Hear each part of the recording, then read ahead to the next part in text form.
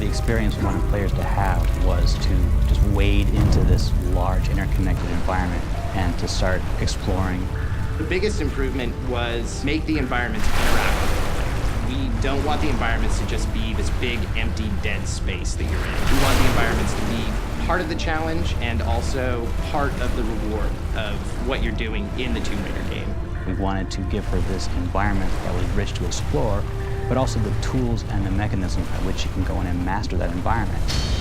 In this game, we really wanted to stray away from the linear path. We really wanted the player to have some choice, just like in the real world. You can move objects through the world. Her grapple now isn't just a way to swing from A to B, but you can climb with it, you can swing with it, you can go to the wall, you can rappel up and down. Her ATV has been revamped so that it can do everything you would expect of a vehicle like that. It can make jumps longer, it can go much faster. You can use it to knock things down. You can use it to squish enemies. The way we made exploration, as far as the environments go, feel more real and believable. More real and believable is just detail. Every square inch of the game has what you'd expect to see. You really aren't just in an environment, you're part of an environment, and using the environment to your advantage is the goal. It is the puzzle. It is what you're trying to solve.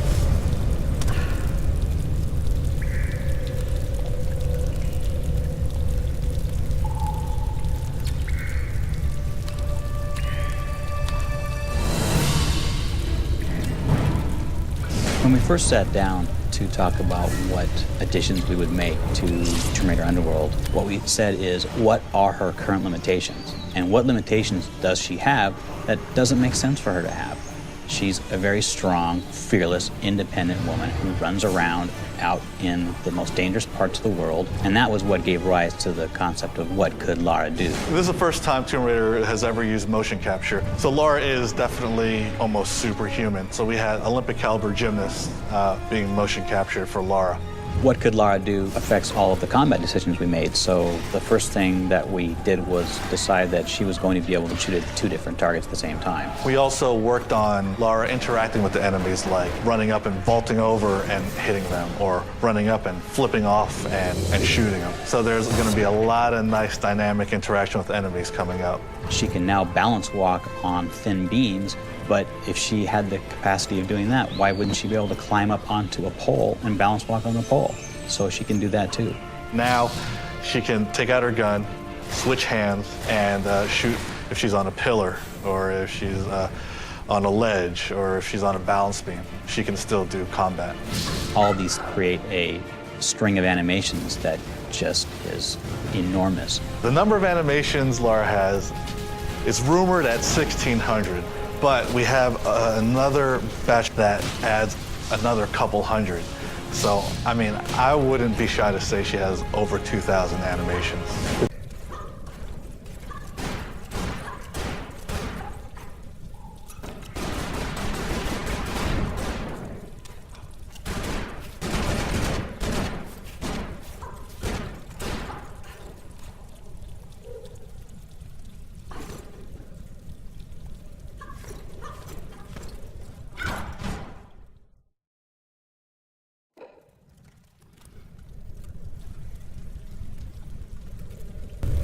I wouldn't be shy to say she has over 2,000 animations.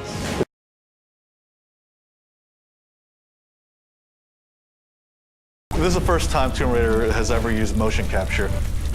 This is the first time Tomb Raider has ever used motion capture.